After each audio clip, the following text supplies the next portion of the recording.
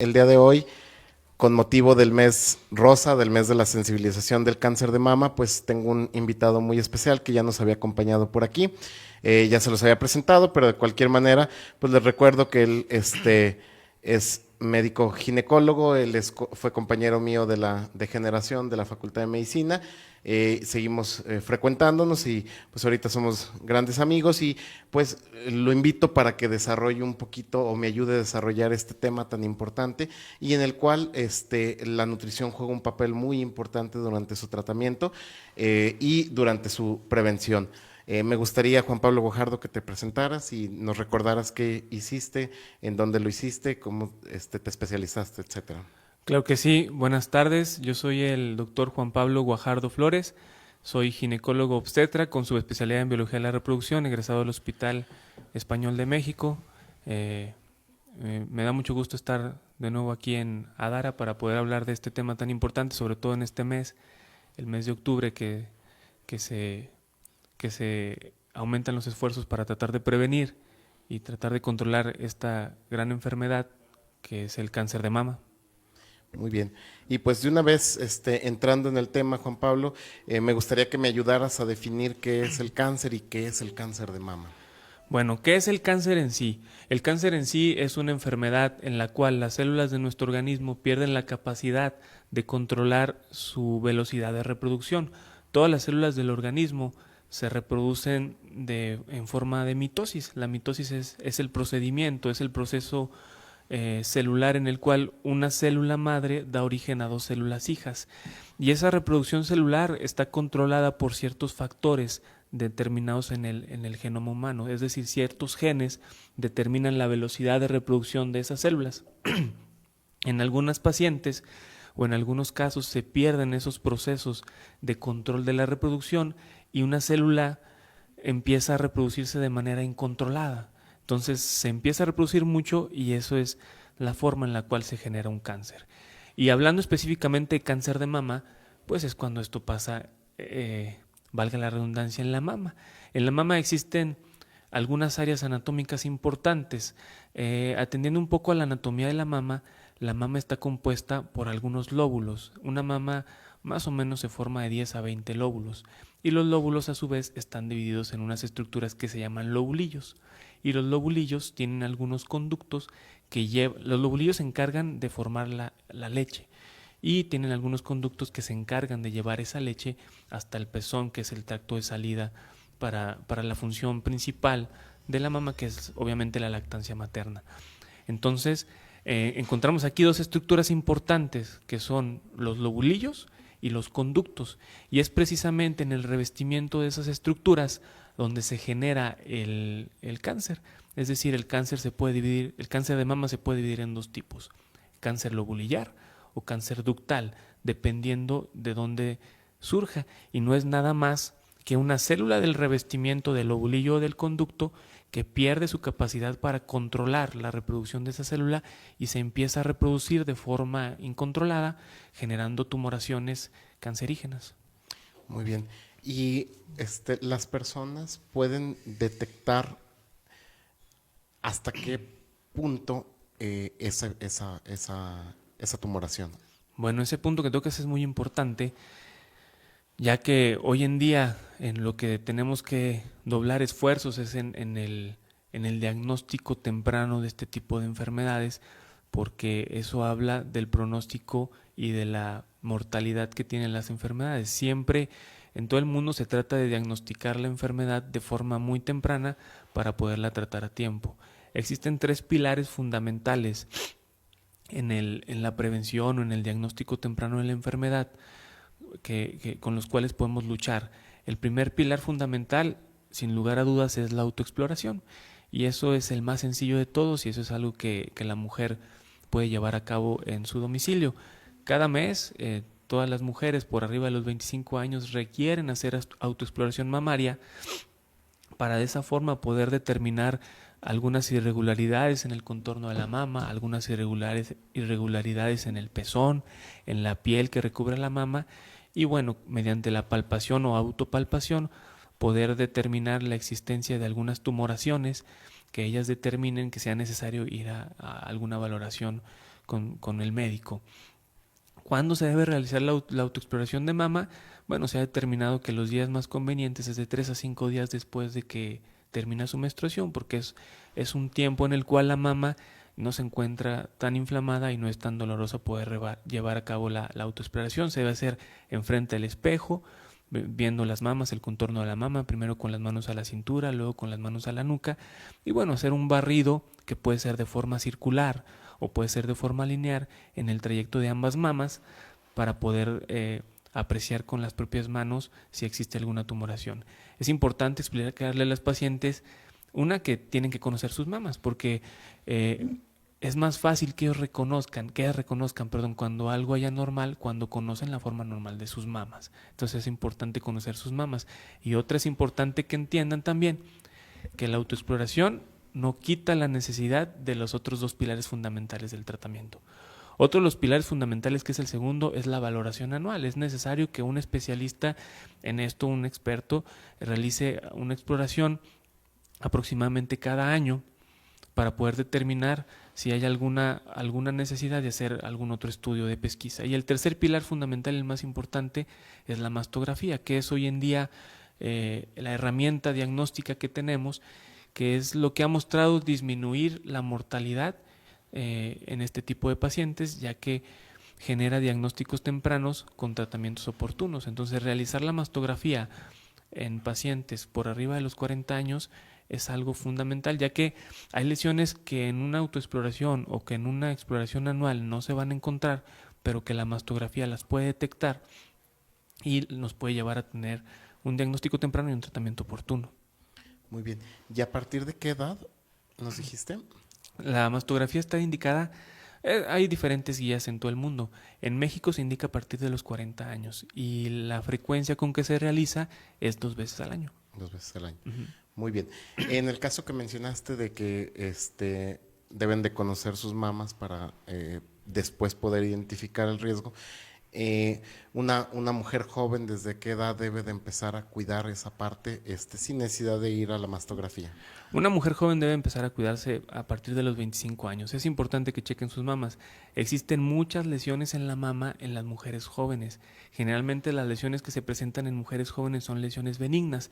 Sin embargo, requieren un estudio, un protocolo de estudio adecuado para poder identificar que en verdad son lesiones benignas. Porque si bien el cáncer de mama es un cáncer de la mujer adulta, de hecho uno de los principales factores de riesgo es la edad. A mayor edad, más riesgo de tener cáncer de mama. Lo que estamos viendo hoy en día es que cada vez el cáncer se presenta en mujeres más jóvenes. Entonces, el hecho de que una mujer se cheque, revise alguna tumoración, es necesario acudir a revisión para poder determinar cuáles son los estudios más adecuados que ella se puede realizar y poder determinar la benignidad de esa lesión. Como mencionaba, existen muchas lesiones que son benignas de la mama. No todo tumorcito que aparece en la mama es cáncer. Existen fibroadenomas, existen quistes, es decir, muchas alteraciones que terminan siendo benignas y requieren un seguimiento especial. Pero hay casos en mujeres jóvenes que aparecen con tumoración y termina siendo cáncer. Por eso es importante siempre, aunque sea una mujer joven que palpa algo en la mama, acudir para realizar el estudio más adecuado. En mujeres jóvenes existe una diferencia por la densidad en que ellas cuentan en sus mamas. En mujeres jóvenes la mastografía termina no siendo tan sensible para determinar el grado de malignidad de un tumor. En mujeres jóvenes siempre la herramienta más útil sería el ultrasonido de mama, con el cual nos apoyamos para poder determinar cuál es el riesgo de cada una de las lesiones que encontramos en este territorio. Muy bien. ¿Y cómo sería la lesión del cáncer? O sea, ¿qué tiene que buscar en consistencia, en forma, etcétera, esta mujer? Bueno, existen algunos datos que son los que tratamos de difundir a la población en general, que son datos de riesgo de tener cáncer de mama en cuanto a su autoexploración. La retracción en el pezón es uno de los más graves, la piel de naranja en la piel de la mama, tumoraciones que sean duras, que se toquen espiculadas o que se vean espiculadas en la mastografía. La pérdida de peso es un dato que siempre nos hace sospechar o nos hace preocuparnos un poquito de que se trate de un proceso maligno. Y pues básicamente son los principales: retracción en la piel de naranja, todos esos datos que tienen que estar muy al pendiente, pero que siempre tienen que ser valorados por un especialista. Muy bien. En el caso de que alguien no conozca tan a profundidad su mama como debería de hacerlo, ¿la dureza y eso tiene alguna importancia? La dureza de la lesión, en caso de encontrar una lesión, sí es de importancia. Sin embargo, en esto existe mucha patología que puede ser indurada, pero que no es maligna. Entonces, siempre el apoyarnos de un estudio de imagen es fundamental para poder determinar cuál es la probabilidad de malignidad de esa lesión. Tanto en el ultrasonido como en la mastografía, en el caso de los dos, existe una clasificación internacional que se llama BIRATS. Y ese BIRATS es fundamental para nosotros poder tomar decisiones en cuanto al manejo y el seguimiento de las pacientes. Es decir, un BIRATS 1, un BIRATS 2 son lesiones que tienen... Un BIRATS 1 no se encuentra nada en la mama. Un BIRATS 2 es una lesión que muy probablemente es benigna. Un BIRATS 3 ya nos empieza a preocupar. Un BIRATS 4 es una lesión que probablemente es maligna. Y desde que encontramos ese tipo de lesiones, BIRATS 4, que tiene su subclasificación A, B, C y D, un experto o el experto en salud tiene que ir pensando en qué es el siguiente paso. Y bueno, ya cuando encontramos una tumoración en la mama en una mujer, que se hace la mastografía o el ultrasonido, nos marca un BIRATS 4 con alto grado de malignidad, de probabilidad de malignidad, porque son estudios que nos marcan probabilidad, no nos marcan diagnóstico, tenemos que hacer el siguiente estudio. Y bueno, ¿cuál es el siguiente estudio? Es ir a tomar una biopsia de esa lesión para mandar a analizar y que el patólogo nos diga qué tipo de lesión es y nos confirme el diagnóstico, ya sea de un cáncer o nos diga que es una lesión benigna que podemos darle seguimiento. Muy bien, entonces, para que le quede muy claro a las pacientitas, el caminito sería conocer su mama. Una vez que ven algo raro en mama, alguna tumoración por ahí, hay que ir al especialista. El especialista va a determinar cuál estudio es mejor para él, si el ultrasonido, la mastografía, etcétera. Se manda a hacer eso, se clasifica y luego ya una vez que se tiene la clasificación, pues ya podemos pasar a biopsia o no pasar a biopsia si fuera necesario, ¿verdad? Exacto, depende de la clasificación, es el seguimiento que se da a las pacientes. Hay clasificaciones que se les da seguimiento 6 meses con un nuevo estudio y ve cómo progresa la lesión, si se mantiene, si crece. Es muy importante el flujo Doppler en este tipo de lesiones, hablando del ultrasonido. Pero bueno, una vez clasificada podemos decidir qué es lo que sigue con la paciente. Si requiere biopsia, pues se va a la biopsia. Si requiere seguimiento, le damos el seguimiento que se requiera, pero siempre tratando de brindar la mejor atención posible para que las pacientes se diagnostiquen de forma temprana y las que requieran sean tratadas. Muy bien. ¿Y qué factores de riesgo tiene esta enfermedad? Bueno, esta es una enfermedad en la cual los factores de riesgo se vuelven de suma importancia. ¿Por qué? Porque no hay una etiología determinada, es decir, no tenemos un factor etiológico, una causa de la enfermedad, se tienen distintos factores de riesgo. Hay que tener mucho cuidado al explicar esto porque no quiere decir que todas las pacientes que tienen factores de riesgo van a tener cáncer de mama, pero tampoco quiere decir que una paciente que no tenga factores de riesgo no puede tener cáncer de mama. Es decir, el tener factores de riesgo solamente aumenta el riesgo a las pacientes de padecerlo, pero no son como un factor etiológico determinante. El principal factor de riesgo, como ya lo había mencionado, es la edad. Es un cáncer que aparece más en edades avanzadas de la vida, sobre todo por arriba de los 50 años. Por eso el escrutinio comienza alrededor de los 40 años. Otro de los factores de riesgo muy importante que tenemos que manejar es la historia familiar de cáncer de mama, sobre todo cuando hay familiares de primer grado que tuvieron cáncer de mama. Mamá, hermanas, hijas, incluso se ha manejado como también abuelas. Entonces es importante conocer los antecedentes heredofamiliares que tenemos para saber a qué enfermedades somos más propensos. Y el tener historia familiar de cáncer de mama sí nos confiere o le confiere a la mujer más riesgo de tener cáncer de mama. No solo a la mujer, también al hombre. Hablando de cáncer de mama, si bien la gran mayoría, el 99% de los casos son en mujeres, existe un 1% que no es tan despreciable que también se puede presentar en hombres. Pero bueno, la historia familiar de cáncer de mama. Dentro de los factores de riesgo, otro es obviamente ya haber padecido cáncer de mama. Si una mujer ya tuvo cáncer de mama, existe riesgo de que lo vuelva a presentar en la otra mama. Y bueno, se han determinado, lo más novedoso, se han determinado algunos genes que confieren riesgo elevado en la población de tener cáncer de mama. Sin embargo, estos continúan el día de hoy por hoy continúan siendo algo que no es costo-beneficio medirlos, por eso en las instituciones no se cuenta con ellos, porque el determinar esos genes es muy costoso, pero ya existen en la actualidad. Son los genes BCRA1 y BCRA2, que aumentan demasiado el riesgo de cáncer de mama. Estuve revisando algunas series y una paciente con BCRA1 tiene un riesgo, tiene una probabilidad de generar cáncer de mama desde el 50 hasta el 95%. Algunas otras series dicen que del 85%.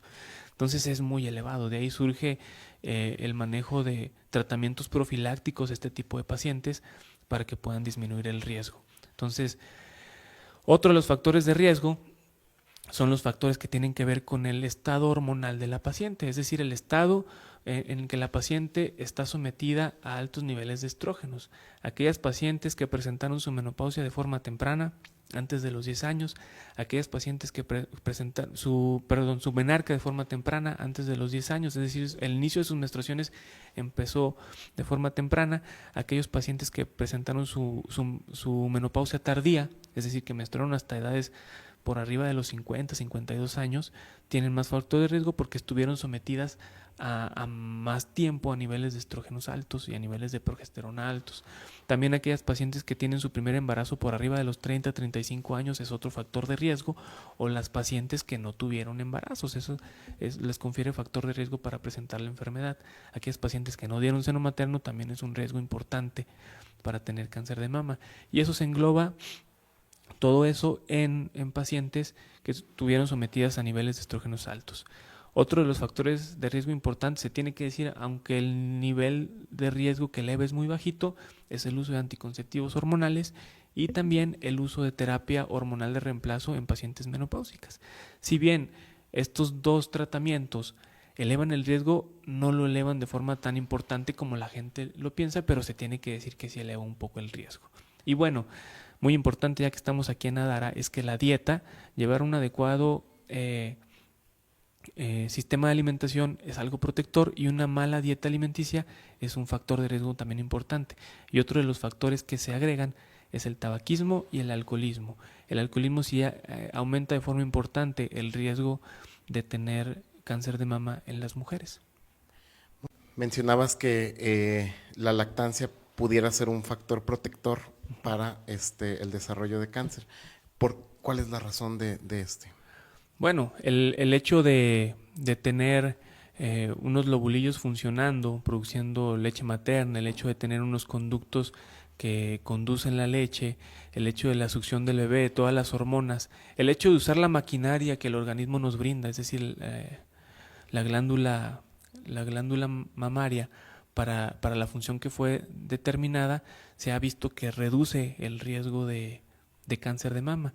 El saber por qué la reduce, en realidad pues no hay como un mecanismo por el cual alguno de los factores de riesgo mejoran o aumentan el riesgo de cáncer de mama, como el alcohol, la alimentación, los estrógenos. Bueno, los estrógenos sí hay más o menos el mecanismo, pero el hecho de saber cuál es el mecanismo por el cual lo reduce no existe. Lo único que existe pues son grandes estudios en los cuales se ha determinado menor prevalencia de la enfermedad en pacientes que lactan, o menor prevalencia de enfermedad en pacientes que tuvieron una menarca a una edad adecuada, y mayor prevalencia en las cuales no. Entonces de ahí surge los factores de riesgo, es decir, el riesgo relativo de tener ciertas enfermedades y ciertas patologías oncológicas. Muy bien. Entonces, pues definitivamente esa es otra de las razones por las que promovemos la lactancia materna, que también va a ser un tema más adelante del que vamos a estar hablando. Y por otro lado, ¿cuál es el cuadro clínico en estas pacientitas? Bueno, el cuadro clínico, ¿cómo se presenta en la paciente? La mayoría de las veces existen dos tipos de pacientes. Una paciente que siente una tumoración en su mama y acude a consulta para valorar la tumoración, se piden los estudios pertinentes y se sigue el camino que habíamos mencionado. Y el otro cuadro clínico es una paciente completamente asintomática, que es un punto muy importante que tenemos que tocar. O sea, en ocasiones no hay síntomas, y eso es muy importante porque de lo que se trata es de diagnosticar esta enfermedad cuando se encuentra en el estadio preclínico, es decir, cuando todavía no ha dado síntomas. Y eso, cuando encontramos una paciente que llega sin síntomas, pero que se hizo su mastografía de rutina, que se tiene que hacer cada 2 años, y llega con una lesión sospechosa. Esa lesión la biopsiamos y nos encontramos con un carcinoma ductal o lobulillar in situ. Ahí es cuando entendemos cuál es la importancia de estar insistiendo en estarse haciendo la mastografía cada 2 años para poder diagnosticar este tipo de lesiones, porque es cuando el tratamiento tiene una mayor probabilidad de ser curativo. Es decir, de realizar un tratamiento quirúrgico, cualquiera de los que sea, y terminar con el problema de raíz sin que la paciente desarrolle una de las etapas avanzadas de la enfermedad.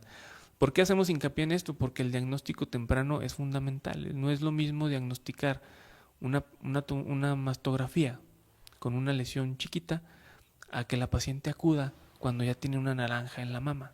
Porque uno de los factores pronósticos en la enfermedad existen 2 factores pronósticos muy importantes. Uno es el tamaño del tumor y otro es la presencia de ganglios en la axila, porque el tumor, si bien comienza en la mama, una vez que rompe el lobulillo o que rompe el ducto, que se convierte en un carcinoma invasor, que es una de las grandes clasificaciones, carcinoma ductal in situ, cuando se encuentra en el lobulillo o en el ducto, y carcinoma de mama invasor, cuando rompe la estructura y se sale a la mama. Una vez que se sale a la mama, existe posibilidad de que por medio de los drenajes linfáticos llegue a los ganglios. Eso ya se considera como un carcinoma invasor. Entonces, el chiste es diagnosticar esto antes de que rompa el lobulillo, antes de que rompa el ducto, antes de que se genere un tumor grande, y no hay otra forma que haciendo las mastografías. De ahí que, como les mencionaba, se divide en 2 grandes grupos de pacientes: las que llegan con mastografía normal sin ningún síntoma, como nos gusta, como deberíamos encontrarlas, y las pacientes que ya llegan con una tumoración grande en la mama para hacer el protocolo de estudio. Entonces, básicamente son las 2 formas de presentación. Muy bien. ¿Y cuál es el tratamiento de estos pacientitos? Bueno, el tratamiento, como les mencionaba, depende mucho del estadio en el que nos encontramos. Nos gusta encontrarnos con estadios tempranos, donde el tratamiento quirúrgico, es decir, la cirugía, nos ayuda a reducir el riesgo o a terminar con la enfermedad. Entonces es importante explicarles que la cirugía de mama, la mastectomía radical, es hoy en día el manejo adecuado para este tipo de pacientes. Existen algunas opciones de tratamiento, sobre todo estéticos, para aquellas pacientes que son reacias a la cirugía radical de mama, como la tumorectomía, como la cuadranectomía. Tumorectomía es entrar, quitar el tumor con algo de bordes alrededor del tumor para tratar de controlar la enfermedad. Cuadranectomía es entrar y quitar un cuadrante de la mama donde se encuentra contenido el tumor. Y mastectomía, pues obviamente es quitar toda la mama. En realidad, ¿quién decide cuál es el tratamiento más adecuado por la mama? Generalmente un especialista, que es el oncoginecólogo, que es, a final de cuentas, el que termina por decidir, de acuerdo a las condiciones del tumor, de acuerdo a los estudios de extensión, cuál es el tratamiento más adecuado para cada paciente y cuál es la forma que tenemos de reducir el riesgo. Y dependiendo de la clasificación posquirúrgica que se realice, dependiendo del tamaño del tumor, dependiendo de la presencia de ganglios axilares, es el tratamiento adyuvante que se realiza, porque se ha descrito también que pacientes posoperadas de mastectomía requieren un tratamiento a base de radioterapia local y muchas veces requieren tratamiento de quimioterapia también. Es muy importante que una vez que entramos a la clasificación de los tumores, es muy importante que una vez que se retira la pieza quirúrgica ya clasificada como cáncer de mama, existe una subclasificación del cáncer dependiendo de si el tejido tiene o no receptores para hormonas, tiene o no receptores para estrógenos, y de ahí surge el tratamiento después del cáncer de mama. Es decir, se clasifican los tumores después del tratamiento quirúrgico en 4 tipos de tumores, que nosotros en el argot médico lo conocemos como luminal A, luminal B, HER2 y uno que se llama triple negativo. Esto tiene implicaciones tanto para el tratamiento como para el pronóstico de la enfermedad. Los luminal A y los luminal B son aquellos tumores que tienen receptores para estrógenos y progesterona. Estrógenos y progesterona son unas hormonas que se producen en los ovarios y que generan crecimiento en algunas células del organismo. Pues algunos de los tumores de mama tienen receptores para estas hormonas. Es bueno tener receptores, ¿por qué?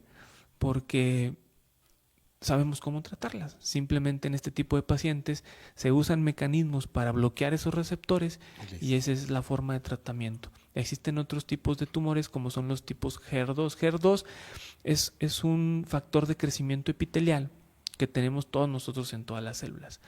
Pero hay algunos tumores de mama que presentan una sobreexpresión de ese factor de crecimiento y esa sobreexpresión confiere una mayor velocidad de crecimiento y confiere una mayor gravedad o un pronóstico más malo del cáncer. La buena noticia es que pacientes que tienen ese tipo de factores HER2, ya existe tratamiento específico contra el HER2, que es un medicamento que se llama trastuzumab, es un anticuerpo que va dirigido contra el HER2 y generalmente este tipo de pacientes tienen buena respuesta al tratamiento. Y bueno, el lado oscuro de la clasificación son los triples negativos, aquellos tumores de mama que no tienen receptores de estrógeno, ni receptores de progesterona, ni tienen un HER2 sobreexpresado, es decir, que no sabemos cómo tratarlos, o sea, ni trastuzumab ni bloquear las hormonas les va a ayudar. Son las pacientes que tienen el pronóstico peor. Muy bien. Y deciden, me gustaría mucho que explicaras un poquito de la quimioterapia, la radioterapia, cómo funciona esto. Bueno, hablando de los tratamientos quimioterápicos, sabemos que son medicamentos que van destinados a disminuir la velocidad de reproducción, es decir, el índice de mitosis, y atacan sobre todo a células que se multiplican de forma muy rápida. Por eso de ahí surge las principales complicaciones del tratamiento, es decir, si bien las células del cáncer se multiplican de forma muy rápida y son diana perfecta para los tratamientos quimioterápicos, igual que los tratamientos con radioterapia, el problema es que los tratamientos no son tan específicos solamente contra esas células y atacan también células del organismo propio y de ahí surgen las principales complicaciones. Atacan células de la sangre, por ejemplo los leucocitos, por eso en los pacientes que se les aplica quimioterapia bajan los leucocitos y eso hace que el paciente sea más susceptible a cierto tipo de infecciones porque su sistema inmunológico está comprometido. En general, la quimioterapia ataca muchas de las células del sistema inmunológico, por eso hablamos que los pacientes que están en quimioterapia se encuentran inmunocomprometidos y pueden ser susceptibles a infecciones. Atacan células de la piel, por eso la calidad de la piel en pacientes que están en quimioterapia pues disminuye mucho, hay resequedad de la piel, puede haber heridas y por eso en los pacientes también se cae el pelo, porque atacan células del folículo piloso que son células de muy alta replicación y estos pacientes son algunas de las complicaciones. Ataca el sistema digestivo y hay algunos otros puntos donde ataca los medicamentos que se tratan de paliar con algunos otros medicamentos tratando de disminuir las molestias, pero que a fin de cuentas terminan siendo riesgo-beneficio adecuados para tratar cualquier tipo de cáncer. Ok, pues es un tema de gran importancia por la cantidad de personas que se ven afectadas, pero también es un tema de gran importancia en el caso de nosotros, para nuestros pacientitos, porque la dieta genera un factor protector para el desarrollo de estas enfermedades. Sí, no quiere decir que quien esté a dieta tiene cero riesgo de desarrollarlo, ya lo dijo Juan Pablo, es una enfermedad que tiene muchos factores de riesgo, en los cuales hasta está involucrada la cuestión genética, pero si nosotros vamos quitando cada uno de esos factores de riesgo, pues entonces tenemos menos, valga la redundancia, riesgo de desarrollar la enfermedad. Entonces, uno de ellos pues va a ser la alimentación. Más adelantito voy a tocar en otro podcast un poquito de dieta y inflamación. Voy a tocar en otro podcast un poquito de dieta y cáncer. Entonces más adelante voy a profundizar en esa área que es de gran importancia, pero por lo pronto terminamos este podcast agradeciendo la presencia de Juan Pablo y a mí me encantó la manera en que desarrollaste el tema, muy sencillo, y nada más te pediría que nos ayudaras diciéndonos cómo te pueden contactar nuestros pacientes para diagnóstico, seguimiento, etcétera. Sí, claro que sí, muchas gracias. Estamos para servirles, para atenderlos. Estoy actualmente en el Hospital Santé, en el segundo piso. El teléfono para las citas es 820-1525. Ahí pueden contactar para citas cuando gusten. Y bueno, nada más recalcar la importancia de estarse haciendo sus chequeos cada 2 años, su autoexploración y el chequeo cada año con algún experto que la revise para poder determinar o poder diagnosticar este tipo de lesiones a tiempo y poderlas tratar de forma correcta sin que esto repercuta en un cáncer avanzado, que el tratamiento termina siendo eh, solamente para disminuir las molestias y no termina siendo curativo. Entonces la importancia de diagnosticar este tipo de lesiones a tiempo termina siendo primordial el día de hoy y termina siendo la base de poder disminuir la mortalidad de las pacientes en lugar de estar tratando pacientes con cánceres avanzados, que en realidad la esperanza de vida es muy corta. Bueno, pues muchas gracias, Juan Pablo. También vamos a dejar aquí escrito por ahí la página o la fanpage que tiene en Facebook Juan Pablo, Guajardo Fertilidad. Y pues muchas gracias por acompañarnos en este podcast. Por aquí los esperamos más adelante en uno diferente. Y pues les pedimos nos ayuden a compartir para llegar a un poquito más de personas. Muchas gracias.